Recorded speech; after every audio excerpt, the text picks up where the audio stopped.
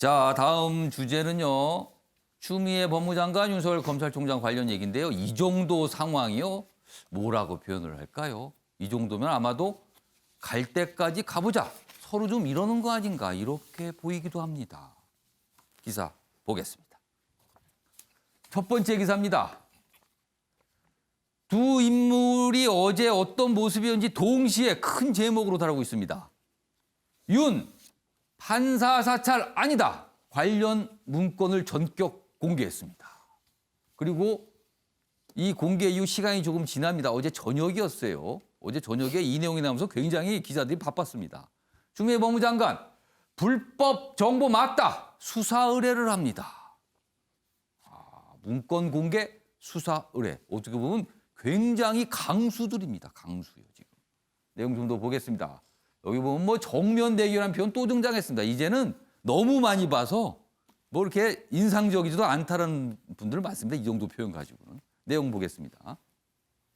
윤석열 총장 측은 합법적 방법으로 문건을 작성했다. 그리고 검찰의 명예회복을 위해서 공개를 결정한 것이다. 알리겠다, 국민들에게. 그리고 국민들의 판단을 받아보겠다. 이런 얘기입니다. 여기 보면 한 37명 판사에 관련된 내용이 9쪽에 좀 실려 있는데요. 보면은 뭐 출신, 주로 이제 학력 부분이더군요. 그리고 주요 판결, 그리고 세평, 요 세평 부분이 또 가장 관심사인데 이렇게 세 가지 내용으로 좀 한 명 한 명씩 적혀 있습니다. 그리고 여기 보면 뭐 농구 실력 유명하다 뭐 이런 취미까지 언급된 세평 내용들도 있더군요. 법무부는요. 민감한 개인정보 포함돼 재판에 악용될 소지가 있다. 이거 불법이다. 이렇게 하면서 강력하게 반발하면서 수사 의뢰를 한 겁니다. 자, 그럼요. 이 세평과 관련된 부분 그리고 이 공개된 문건 관련 내용인데요. 하나씩 좀 저희가 좀 보겠습니다. 첫 번째 화면 좀 보겠습니다. 자, 이런 형식의 문서입니다. 여기가 요약이 된 건데요. 이렇게 됐습니다. 주요 특수 공안 사건 재판부 분석. 그러니까 판사들에 대한 분석이라고 딱 제목에 밝히고 있어요. 그러면서 내용을 보면 이렇습니다. 출신, 주로 학력 부분이고요. 주요 판결로 이러이러한 판결을 했다. 여기까지는 글쎄요. 뭐 어떻게 보면 공개된 정보, 검색을 통해서 뭐 누구나 쉽게 알 수 있지 않을까 싶기도 합니다. 자, 논란이 되는 부분은 바로 이 부분입니다. 세평입니다. 세평이라는 거는 세상 사람들이 이렇게 얘기한다. 이걸 모은 거잖아요. 이게 검색을 통해서 할 수도 있고 아니면 다른 방법일 수도 있을 것 같습니다. 우리법 연구의 출신이나 합리적이라는 평가다. 뭔가 이렇게 분석과 평가가 좀 들어가 있습니다. 이런 내용들로 돼 있습니다. 지금요. 자, 그렇다면 이 세평 부분을 좀 더 자세히 보겠습니다. 다음 화면입니다. 자, 여기 여러 명이 등장을 합니다. 아까 있죠? 우리법 연구의 출신이나 합리적인 평가, A 부장판사에 관한 겁니다. 변호인의 말을 끊지 않고 잘 들어줌. 이런 내용까지 담겨 있군요. 이런 평가가 있다는 거. 그리고요, 여기 B 부장판사, 여론이나 주변 분위기에 영향을 많이 받는 편이다. 옆으로 갑니다. C 판사, 행정처 2016년도 무리야기 법관 리스트에 포함. 뭐 이런 내용이 또 적혀 있다 그래요. 그리고 이쪽으로 가겠습니다. 이 판사에 대해서는 농구 실력으로 유명하다. 이거 뭐 취미 활동 내용도 적혀 있고요. 그다음에 기타는 이런 내용도 있답니다. 다소 보여주기식 재판 진행을 한다. 검찰이 대응하기 수월하다는 평가가 있다. 이런 내용이 세평 항목에 적혀 있다고 합니다. 이런 내용이 어제 공개가 된 겁니다. 자, 그럼 가장 쟁점일 수 있는 이 세평 항목 패널 분들은 어떻게 생각하시는지 지금부터 한번 들어보겠습니다. 먼저 조대원 평론가. 판사 사찰 의혹 관련 문건 중에서 가장 쟁점일 수 있어요. 이 세평 부분. 이 세평 사찰로 보이십니까? 아니면 그냥 나와 있는 공개된 내용을 좀 모인 걸로 보이십니까? 이게 아주 판단이 엇갈리고 있습니다. 뭐 저도 방송 나올 때 그 평론가님들 같이 이렇게 나오시는 패널 분들에 대해서 분석을 하고 나와요. 그러십니까? 예. 오늘 갑자기 그 신경민 의원님 나오셔가지고 제가 순간 당황스러워서 이분이 뭐 앵커 출신이고 국회의원인 건 아는데 무슨 발언을 했고 어떻게 했는지 슬쩍 대기실에서 다 파악하고 나왔는데. 검색해서 찾아보셨습니까? 예. 다 백과사전 다 찾아봤죠. 사실은 우리가 이게 만약에 문제가 되는 거는 과거처럼 이 같이 경쟁을 하는 데 있어서 그 경쟁에 이기기 위해서 제가 합법적으로 얻을 수 있는 불법적인 수단이 아닌 정보들을 모아서 예. 또 예를 들면 댓글도 있고 이분의 약점이 뭐고 이런 걸 알고 토론에 이용해서 내가 거기서 이긴다면 이게 뭐가 문제가 되겠습니까? 근데 예를 들면 그 정보를 얻는데 불법적인 방법을 얻고 그 정보를 가지고 이분의 약점을 예를 들면 바깥에 흘리든지 만약에 미리 협박을 하든지 그렇게 해서 결과를 왜곡시켰다면 그게 문제가 되는 건데 현재 뭐 저런 걸 가지고 만약에 이 검찰에서 전혀 저런 조사도 하지 않고 결국 재판부의 판정을 받아가지고 결과가 나오는데 검찰이 정치적 사안이든 일반 사안이든 계속 이제 재판해가지고 기소했는데 그 나중에 재판 다 무혐의 나오고 무죄 나오고 뭐 이렇게 나면 검찰이 무능하다고 공격받을 거 아니에요. 그래서 저 정도 수준을 가지고 뭐 세평을 가지고 했다. 과거에 뭐 국정원에서 민간인 사찰한 것처럼 사찰 프레임을 덮어씌우는 거는 전형적으로 지금 현재 그 재보궐선거를 앞두고 여당에서 펼치고 있는 정치적 논란거리고 정치적 전략의 하나라고 저는 그렇게 파악하고 있습니다. 자, 장유비 변호사. 자, 이 세평 부분 쉽게 말하면 이런 내용들이 누군가의 뒤를 뒤져서 나온 것이냐? 아니다. 그냥 다 공개된 거냐? 정리해둔 수준인 거냐? 이거에 대한 판단입니다. 그렇습니다. 저희가 법조인 대관이라는 게 있습니다. 예. 대한변협 회원이면 이제 변호사들이나 법조인, 뭐 검찰이나 법원에 계신 분들의 어떤 프로필을 볼 수가 있습니다. 예. 거기에 포함되는 내용을 보더라도 뭐 사실 몇 기수인지, 출신 고등학교와 대학교가 어떤지, 그리고 나아가서는 가족관계와 뭐 취미 이런 좀 세밀한 부분까지도 담겨는 있습니다. 다만 이런 단편적인 정보를 좀 뛰어넘어서 사실상 풍문이나 어떤 주변의 평가를 수집하지 않으면 알 수 없는 사실관계들이 들어있다는 것, 그것 자체는 좀 부인할 수가 없어 보이고. 그러면 장유비 변호사께서 지금 잠깐 말씀하신 그런 부분이 이런 걸까요? 뭐 합리적인 출신이나 뭐 합리적인 평가다. 이런 그렇습니다. 부분 그리고 뭐 주변 분위기에만 이거는 어떤 평가가 있는 것 같아요, 여기는요.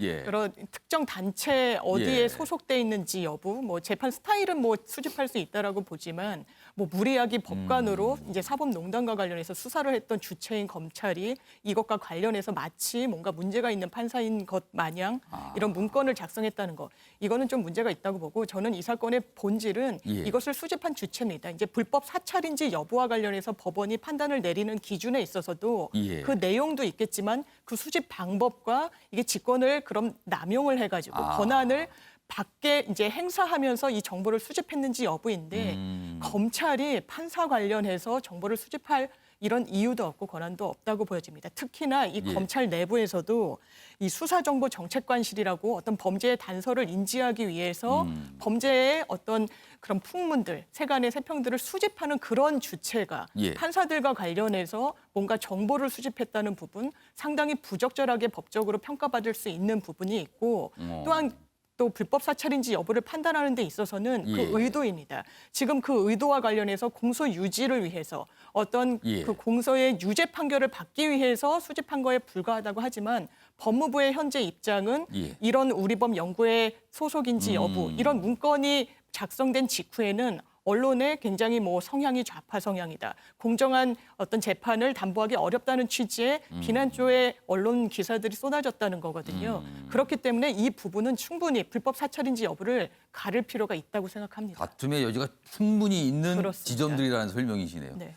자, 신경민 전 의원께서는 이 세평 부분 어떻게 보세요? 어떻게 보이십니까? 저는 뭐 국회에서 법사위도 했지만 법조 출입 기자로서 MBC에서 상당히 오랫동안 출입을 했고요.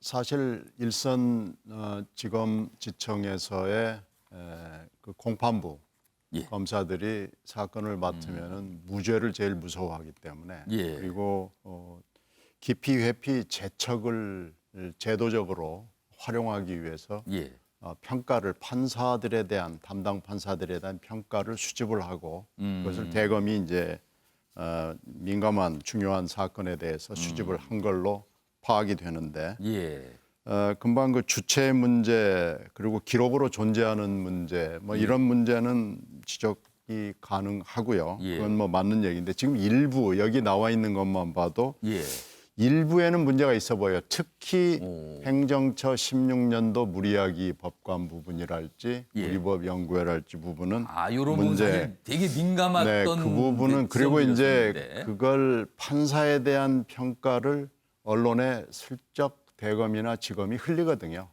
이제 그럴 때 이제 이런 게 기사화가 되면 그 재판부에 대한 과거에 공격, 이제 그런 모습들이 예, 있었다는 그런 거죠, 것들이 지금요. 있었기 예. 때문에 그 일부는 문제가 분명히 있어 보이고요. 일단 이게 일단은 판사가 판사 사찰 부분에 대해서 첫 판단을 내린 게 일단은 압수수색 영장이 일부는 기각이 됐지만 일부는 인용이 된 거기 때문에 예. 일단 압색 영장이 발부됐다는 거에서 법원의 판단이 지금 정확하게 내용은 우리가 모르지만 예. 판단이 1차 나온 겁니다. 그리고 이제 두 번째로 12월 초에로 예상이 되는 이 가처분 신청에 대한 결정에서 예. 나오겠죠. 아. 그래서 가처분 그 결정에서 아마 우리가 판사가 판사 사찰을 사찰로 보는지 아니면은 정말로 아무것도 아닌 예. 여러 가지 얘기를 그냥 모아놓은 건지가 아마 1차 나올 텐데요. 그 부분이 핵심이 되겠죠. 그러니까 이게 지금 사실은 법원, 판사들과 관련된 내용인데 지금 이 법원에서 또 몇 가지 결정을 해야 되는 상황이 돼 있어요. 그래서 네. 이 부분이 어떻게 과연 법원이 판단할 것인가 이런 부분도 남아 있고요. 그리고 아까 장님 말씀하셨지만 이 사실은 검사 공판을 하면서 재판부 기피를 할 수 있거든요. 근데 그 기피를 하려면 뭔가 그 판사에 대해서 알아야 기피를 할 거 아닙니까? 그런 측면에서는 뭔가 평가나 판단을 모을 수가 있지만 몇 개 대목들에서는 조금 논란이 있을 지점이 있다. 지금 이런 지적들이 좀 나왔습니다. 아무튼 이 세 평 이게 계속 아주 논란이 될 수 있는 지점 바로 이 부분이 아닌가 해서 오늘 좀 자세히 좀 소개해 드렸습니다. 자, 다음 내용으로 좀 가보겠습니다. 이번엔 추미애 장관과 좀 관련돼 있는 내용입니다. 뭐 역시 같은 내용이 있는데요. 윤 사찰용 문건 직접 공개하자 추 수사 의뢰로 맞불을 놨다. 그러니까 시차상으로 이렇게 보인다는 거죠. 이 순서가 이렇게 됐기 때문에 요 아래로 가겠습니다. 추미애 장관 사찰 의혹 정조준으로 했습니다. 그리고 내가 뭐 반발을 하면서 뭐 이렇게 문건 공개까지 나온 거죠. 그런 가운데 윤 가처분 신청이요 어제 행정소송을 또 직접 했습니다. 그러니까 요거는 가처분 신청은 좀 급하니까 먼저 한 거고요. 행정소송 이거 오래 가죠. 이것까지 이제 해놓은 겁니다. 소송으로 들어가게 되는 겁니다. 지금 상황이 이렇습니다. 자, 그런데요. 추미애 장관이 최근에 잇따라 몇 가지 조치들을 했죠. 그런데요. 다음 화면 좀 보겠습니다. 이게 이 위에 보시면 이제 순서가 이렇게 됩니다. 처음에 윤석열 총장 직무집행 정지.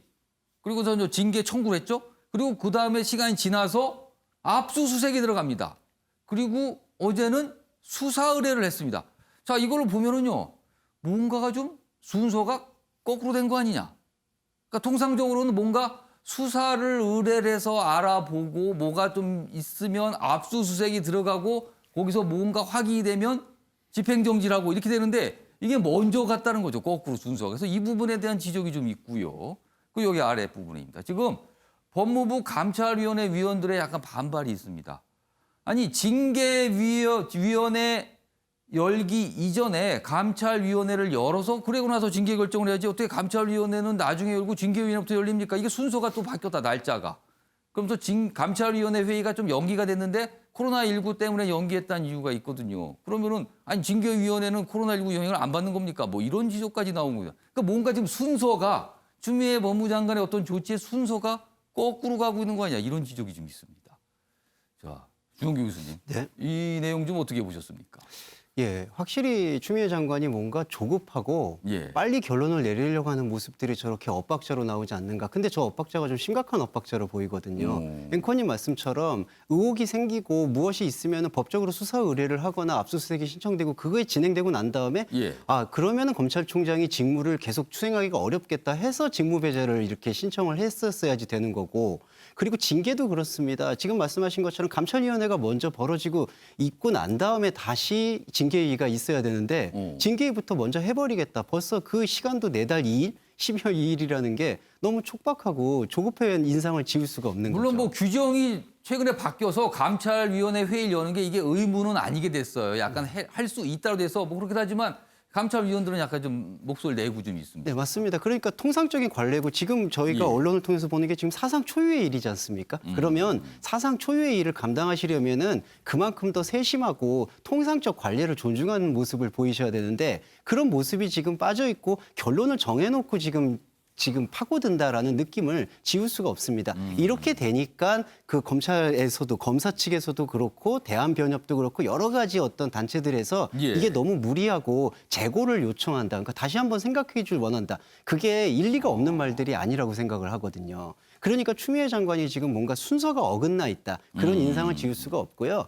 이제 그것과는 근데 별개로 예. 지금 보시면 사찰 의혹 문건을 지금 윤 총장 대리인이 직접 공개를 했지 않습니까? 예. 이거는 법적인 감수성이 많이 저는 떨어지시는 것 같아요. 그 공개한 자체를 지금 말씀하시는 네, 건가요? 맞습니다. 그러니까 이게 법적으로 뭐가 문제가 있냐라는 식으로 지금 공개를 하셨는데 저희가 볼 때에는 추미애 장관이 이렇게 엇박자를 하는 것과는 별개로 예. 지금 윤석열 총장이나 검찰이 오랜 관행처럼 이게 관행이 뭐가 문제냐 식으로 사찰에 대한 언급을 아. 하시는데 그 부분에 대해서는 국민 정서가 과연 맞춰줄까? 그건 내 의문이라고 생각합니다. 그러니까 이 문건을 공개한 취지는 여론의 판단을 한번 받아보겠다 이렇게 읽히지만 과연 그 여론 어떻게 판단할까? 그러니까 윤 총장 입장에서는 뭐 꼭 낙관적인 것만은 아닐 수 있다. 이런 지적으로 좀 보입니다. 상황이 이렇게 가고 있습니다. 다음 기사 하나 더 있습니다. 보시죠. 이게 이제 뭔가 순서의 문제가 좀 있습니다. 징계위원회가 먼저냐, 직무정지 취소가 먼저냐. 추윤 시간 싸움이다. 그러니까 이거죠. 원래 윤석열 검찰총장이 그제입니다. 날짜가 좀 지났네요, 벌써. 직무정지, 집행정지를 해달라고. 그러니까 급하니까 집행정지를 신청을 했어요, 법원에. 그럼 이게 나오려면 또 시간이 좀 걸리죠. 물론 빨리 나옵니다만 그래도 한 일주일 정도는 통상 걸린다고 봅니다. 그런데 어제 추미애 법무장관은 징계위원회를 내달 2일 날 하겠다고 했습니다. 그렇다면은 지금 가만히 보면은 징계위원회의 결정이 먼저 나올 가능성이 있어요. 법원의 결정보다. 그렇게 되면 이게 어떻게 되는 거냐는 거죠. 내주 수요일 징계위 열기로 윤 집행정지 신청이요 행정소송까지 했다. 그래서 지금 시간 싸움이다. 근데 아무래도 징계위 결정이 뭔가 먼저 나올 것 같다는 거죠. 그리고 여기서는 가장 센 해임도 결정할 수 있는 자리거든요. 여기가요. 자, 장유희 변호사. 네. 아무래도 징계위 날짜가 더 빠르겠죠? 법원 결정보다는. 그렇게 보시나요? 네, 법원도 아마 지금 일자를 고르고 있을 겁니다. 이제 지금 접수가 됐고 이 신문기일은 굉장히 가처분 사건이기 때문에 빨리 열리는데 통상 결정 자체도 이르면 일주일 안에 나올 정도로 열리는데 법원 입장에서는 일단 직무 배제 효력이 일단 유지되고 왜냐하면 이제 징계위에서 의결할 수 있는 사안은 견책부터 해임까지이지 뭐 직무 배제 여부는 일단 이 일 먼저 법원의 결정이 나오기 전에 열린다면 징계위에서는 윤 총장의 직무 배제가 효력이 유지되는 상황에서 그냥 징계 여부와 그 수위만을 결정하면 됩니다. 예. 그렇다면 그 결론이 내려진 이후에 그 결정을 보고 아마 법원이 그렇다면 법원이 지금 가처분 사건에서 담당하고 있는 영역은 그러면 윤 총장에게 임시적으로 본안 소송이 끝나기 전까지 총장직을 유지할 수 있게 해줄 것이냐 말 그렇죠. 것이냐 그 이 판단을 하는 부분만 거죠. 판단하면 되기 때문에 법원은 아마 징계위 이후로 날짜를 잡을 가능성이 높아 보입니다. 이 징계위 결정을 볼 수도 있다. 예, 왜냐하면 먼저 법원 결정이 내려져서 직무를 배제했는데 만약에 예. 징계위에서 이런 징계 수위뿐만 아니라 직무 배제는 당연한 거다라고 의견이 또 모아진다면 또 예. 법원의 어떤 결정을 배척할 수 있는 그런 엎치락 뒤치락하는 모습이 보여질 수도 있어서 예. 아마 수순상 바로 하루 이틀 뒤에 신문기일은 잡히지 않을까 이런 판단이 듭니다. 징계위에서 혹시 해임까지 결정이 나올 가능성이 있다고 보십니까? 저는 사실상 그런 수순으로 가고 있는 것이 아닌가라는 생각이 해임 드는 게 결정 수순으로 가는 게 아닌가. 그렇습니다. 왜냐하면 7명의 이 위원 중 사실상 추미애 장관은 본인이 이 징계를 청구한 입장이라서 의결권이 없어서 배척이 되고 나머지 6명 중에 법무부 차관을 제외한 나머지는 이 법무부 장관이 사실상 임명할 수 있도록 관련 규정이 이쪽 돼 있고 권한은 장관에게 있는 거군요. 그렇습니다. 그렇다면 이런 장관의 어떤 사실 입김에서 벗어나기 어려운 예. 인사들로 구성되는 이게 사실 뭐 법령에 어긋나거나 한 건 아니지만 이 구조상 사실상 가장 강력한 처벌 수위인 해임으로 이게 가지 않겠느냐라는 전망하겠습니다. 그러니까 지금 이렇게 굉장히 아까도 봤지만 추미애 법무장이 뭔가 속도를 굉장히 내고 있거든요. 그렇다면은 징계위를 열었을 때 최고 수위인 해임까지 가는 수순 아니냐. 지금 장유희 변호사는 그렇게 좀 전망을 좀 해주셨습니다. 상황이 거칠어질 수도 있겠네요. 지금 이런 모습이라면요. 자, 이 사안 두고 여야 또 가만히 있지 않죠. 굉장히 여러 가지 얘기들 좀 쏟아내고 있습니다. 다음 기사 보겠습니다. 먼저 여당 내 반응입니다. 재판부 사찰은 범죄다. 윤석열 총장 사법 처리 자락을 까는 여당이다. 범죄 뭐 이런 얘기까지 나왔습니다. 지금요. 형사 고발 위한 여론 환기 아닐까 이렇게 또 분석이 돼 있습니다. 내용이요. 자, 한편 야당은 어떤 모습인가? 다음입니다. 여기 사진으로 좀 설명이 되어 있습니다. 지금 야당이 회의를 열었는데 뒤에 좀 보세요. 이게 이른바 이제 백보드에 뭔가를 항상 이렇게 글을 쓰는데 이번에는 글이 아니고요. SNS에 한 대목을 딱 따왔습니다. 여기 보면 2013년 9월 13일 날짜도 있네요. 문재인 대통령이 당시는 저 현역 의원 시절에 올렸던 트위터 글입니다. 결국 끝내 독하게 매듭을 짓는군요. 무섭습니다. 당시는 박근혜 정부 당시였잖아요. 최동욱 전 검찰총장과 관련돼서 당시에 굉장히 험악하게 뭐가 분위기가 갔었잖아요. 그 모습을 보고 올린 글을 이렇게 띄워놓은 거죠. 7년 전 문재인 대통령 발언으로 문재인 대통령 겨냥한 국민의 힘이다. 이렇게 돼 있습니다. 박근혜 정부의 최동욱 전 검찰총장 사퇴 논란에 대해서 당시 문 대통령이 적은 트위터 문구를 이렇게 올린 겁니다. 보란 듯이 또 올려놓은 거죠, 지금요. 여기다가. 이렇게 여야의 모습이 나타나고 있습니다. 자, 그럼요. 먼저 여당의 어제 반응 몇 가지가 있었는데요. 영상으로 그 목소리 확인해 보겠습니다. 윤석열 총장과 이번 특히 사법부 그 사찰과 관련돼 있는 검사들은 이건 전부 다 형사고발돼서 빠른 시간 내에 수사해서 결과가 나야 된다고 생각합니다. 그렇기 때문에 그 재판부도 어제 사법부에서도 바로 영장이 발부됐지 않습니까? 대검에 대해서. 윤석열 검찰은 스스로 그 사퇴하면 안 됩니다. 이제는 사퇴하는 게 아니라 경찰 그 검찰 수사에 따라서 이건 사법적 판단을 받아야 됩니다. 물론 뭐 사퇴는 본인의 판단이지만 사퇴 정도로 끝나는 게 아니라 이건 사법적 처리가 된다고 보고요.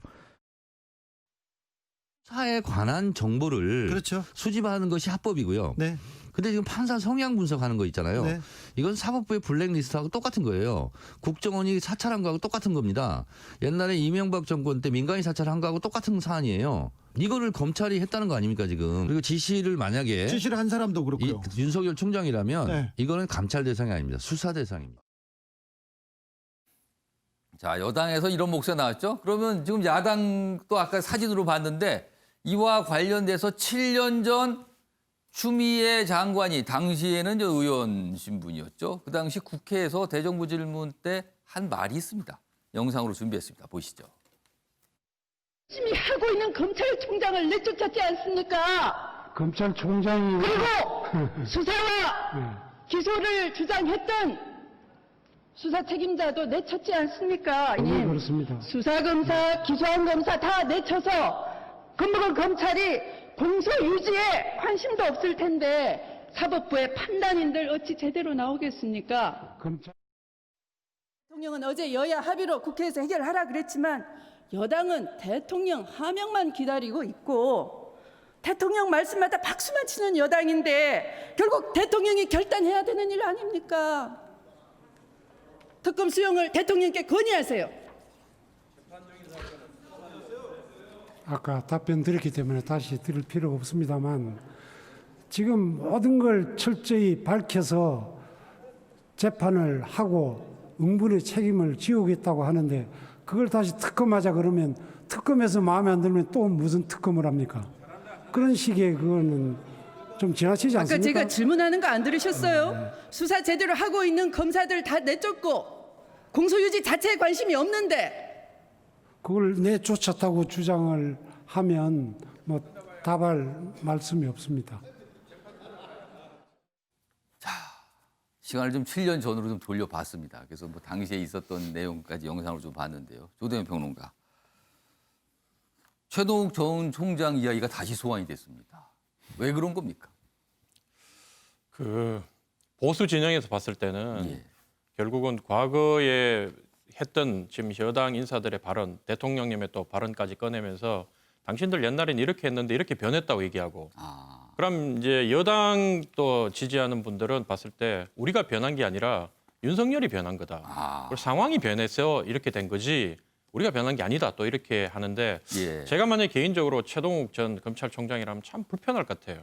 내가 공직 떠난 지가 언젠데 이 개인사 문제인데. 한참 된 건데요. 지금. 이런 문제를 다시 끄집어내서 전 국민의 입에 오르내리게 하는 이런 것들이 참 불편할 것 같고. 근데 뭐 저는 그렇게 생각합니다. 당시에 최동욱 검찰총장이 물러날 때에 그 국민들이 느끼는 정서 하고 그다음에 지금 윤석열 총장을 끌어내리기 위해서 하는 정서가 과연 그 일반 국민들의 보편 타당한 정서와 그다음에 그 중도층들이 바라봤을 때는 어느 게 더 무리수를 두고 있느냐 이 부분에서 결국 갈리는데 저는 지금 추미애 장관이 이렇게 뭐 시간에 쫓기듯이 막 하는 이유가 원래 이제 벌을 주려고 해도 우리가 그 사람이 뭐가 문제인지를 파악을 한 후에 이제 징계위원회를 열어가지고 이제 벌을 줘야 되는데 벌을 정해놓고 그다음에 거기에 다음에 감찰위원회를 해서 끼워 맞추기 식으로 하는 이유가 뭐냐면 저는 이것도 다 여당의 그 재보궐선거를 앞둔 이 선거 전략이 하나다. 큰 전략 틀 속에서 결국은 재보궐선거라는 거는 자기 핵심 지지층만 똘똘 뭉쳐가지고 선거장에 나와도 충분히 이길 수 있을 정도로 그 투표율이 낮은 선거다 보니 현재 친문 세력에서 파악했을 땐 이 상태는 도저히 안 되니 우리 집권 지지층들은 똘똘 뭉치게 하기 위해서 더 분노를 부추기고 그다음 상대한테 좀 무리수를 두더라도 이렇게 뭉치고 그다음에 뭐 가덕도 신공항 같은 걸 봐서 알겠지만 보수 지지층은 갈라치기를 하고 그리고 만에 하나 또 윤석열이라는 분이 나중에 정치를 하거나 대선에 나오게 되면 미리 흠집을 내놓는 삼중 효과가 있기 때문에 이분들이 지금 이렇게 하는데 제가 하나 지적하고 싶은 거는 과연 이게 최초의 여당에서 시도했던 검찰 개혁하고 이제 본질은 어디 갔습니까? 검찰 개혁에 대한 본질은 이제 사라지고 이제 진영 논리만 남은 거예요. 이런 부분에 대해서 좀 생각을 하셨으면 어떨까 하는 생각이 듭니다. 그러니까 검찰 개혁의 본질은 어떻게 된 것인가? 이 질문으로 바로 마음을 좀 해주셨습니다. 다음은요. 국회에서 이 사안과 관련해서 좀 국정조사 얘기가 며칠 전부터 좀 나왔죠. 그런데 좀 분위기가 좀 묘하게 흘러가고 있습니다. 야당 묻고 더블로 갑시다. 이런 작전입니다. 여기서 이 표현이 등장을 하는군요. 묻고 더블로 가자. 이낙연 대표의 윤석열 국정조사 카드 되레 난감해진 여당 아니냐 이렇게 돼 있습니다. 야당에서는 기꺼이 받겠다 이렇게 나오는 겁니다. 그러니까 여당에서는 지금 이거 신중해야 되는데요. 약간 좀 뒤로 물러서는 듯한 이런 모습입니다. 기사 하나 더 있습니다. 이낙연발 윤석열 국조 야당이 좋다 하자 여당은 떨떠름. 여기 보면은 당내에서는 이낙연 대표가 성급하게 꺼내신 거 아닙니까? 뭐 이런 반응도 있다고 그러고요. 민주당 뭐 반응이 또 있는데요. 진상 규명을 말한 거지 뭐 꼭 국조하자는 거 아닙니다. 뭐 약간 이런 반응도 좀 있었습니다. 자, 그럼요. 이와 관련된 뭐 정치인들의 발언들이 있었습니다. 확인해 보겠습니다. 법무부가 밝힌 윤 총장의 혐의는 충격적입니다. 법무부의 규명과 병행해 국회에서 국정조사를 추진하는 방안을 당에서 검토해 주시기 바랍니다. 다른 혐의에 대해서도 신속히 진상을 밝히고 응분의 책임을 물어야 합니다. 민주당 이낙연 대표께서 윤석열 검찰총장에 대한 국정조사를 할 수 있다는 뜻을 비쳤습니다. 저희들은 환영하고 국정조사를 기꺼이 수용하도록 하겠습니다. 묻고 더블로 가라는 전략이 있습니다. 우리 윤석열 총장 국정조사 받겠습니다. 그런데 피할 수 없는 것이 추미애 법무부 장관에 대한 국정조사도 피해갈 수가 없습니다. 함께 요구합니다. 국정조사가 어떤 걸 하겠다 이렇게 이제 판단한 건 아니고 그런 정도의 심각한 문제라고 하는 걸 강조하기 위해서 국정조사나 특별수사나 여러 가지 형태로 하여간 진상이 규명돼야 되겠다 이렇게 말씀을 드린 건데. 자, 야당에서 말한 묻고 더블로, 묻고라는 거는 그래 윤석열 검찰총장 국정조사 합시다. 그리고 거기에 얹혀서 추미애 법무장관까지 같이 합시다. 이런 표현이 되는 거군요. 그래서 묻고 더블로라는 표현이 나온 걸로 보이네요. 자, 신경민 전 의원님. 이낙연 대표가 먼저 이 국정조사 얘기를 꺼냈는데 이게 왠지 보니까 야당에 뭔가 빌미를 줬다. 여당 입장에서 그렇게 보이기도 합니다, 지금요. 네, 지금 뭐 전반적인 그림으로 봐서는 그런 평가가 가능하죠. 근데 지금 이낙연 대표가 얘기할 당시에 추미애 장관의 그 야간 아니죠. 그 저녁에 기습 발표 뒤에 뭐 이런저런 얘기들이 나왔죠. 근데 행간을 읽어보면 아까 문제가 됐던 세평의 수집 방법 그리고 수집 내용 중에 기록되지 않은 것들, 그러니까 추가적인 자료들이 어딘가에 있다라는 그런 그 루머들이 돌아다니는데 이건 확인할 수는 없습니다. 그래서 그렇게 되면은 지금 현재 압수수색을 통해서 뭐가 확보가 됐는지 우리가 지금 모르잖아요. 예. 그거 지금 분석 중이기 때문에 아마 법무부나 감찰 쪽도 잘 모르고 있을 거고요. 이런저런 것을 보기 위해서는 국정조사를 해보는 것이 어떠냐라는 제안을 할 수 있는데 예. 이걸 야당이 받으면서 추미애 장관을 같이 부르자, 같이 하자. 물론 이 국정조사의 성격상 대지를 할 수는 물론 없습니다만은 윤석열의 시간과 추미애의 시간을 국정조사에서 같이 다뤄보자 이렇게 되면은 그 국정조사가 여당이 애초에 기도했던 그 판사 사찰, 판사 사찰이라는 사안으로 들어가기가 조금 어려운 형국이 되는 거죠. 그래서 그러면은 저 애초에 그거네 윤석열 검찰총장 관련 국정조사를 야당이 받지 않을 것으로 예상을 했다 이런 뜻이 되는 겁니다. 그러니까 그 판사 사찰 문제가 그 6가지 얘기를 추 장관이 얘기를 했지만 그 중에서 핵심은 판사 사찰이거든요. 판사 사찰 문제는 이것은 빼도 박도 못하는 말하자면 이 검찰의 약점, 윤석열 검찰의 약점이 될 걸로 판단을 한 겁니다. 그런데 거기다가 추미애 장관을 얹어버리면 이게 희석이 되지 않습니까? 그래서 지금 약간 그렇다면은 다시 한번 생각해 보자. 이런 형국으로 지금 들어간 겁니다. 여당이 그런 입장이면 아마 국정조사는 또 불발될 가능성이 커 보이네. 이거 합의가 돼야 되는 거죠. 합의가 국정조사는 무조건 합의가 돼야 되거든요. 그러면 이건 합의하기가 조금 어려운 상황이고 현재 여러 가지 트랙, 징계위원회 트랙 그리고 지금 가처분과 행정본안소송으로 가는 트랙이 두 트랙이 지금 가고 있는데요. 국정조사 트랙은 이렇게 되면 진행되기가 좀 어려운 거 아닌가 보이네요. 자, 주원 교수님이 하실 말씀 있다고 표시를 해주셨어요. 네, 저는 짧게 여당 내에서는 이낙연 대표가 조금은 말 실수를 한 것 같다라는 식으로 얘기를 하시는 것 같은데 저는 국정조사를 여당이 꼭 해야 된다고 생각을 합니다. 그렇지 않으면은 이게 지금 현재 여론이 상당히 좋지는 않거든요.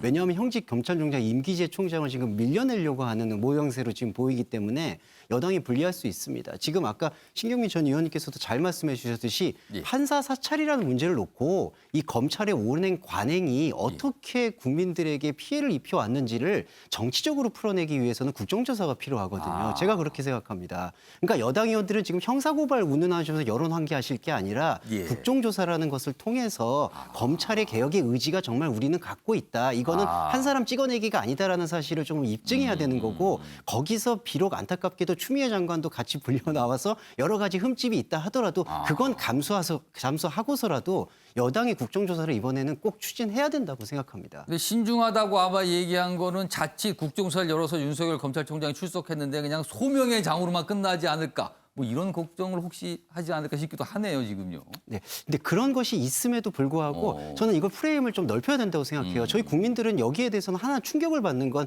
어떻게 판사를 이런 식으로 사찰을 하고 그걸 재판에 이용을 할까라는 것에 대해서는 여론이 사실은 돌아서는 느낌을 보고 있기 때문에 그렇게 보면 좋을 것 같습니다. 참 사안이 여러 갈래로 지금 전개가 되고 있습니다, 지금. 그러니까 추 장관, 윤 총장 간의 어떤 사안이 있고요. 그리고 그를 둘러싼 또 정치권의 사안도 여러 갈래로 지금 이렇게 전개가 되고 있습니다.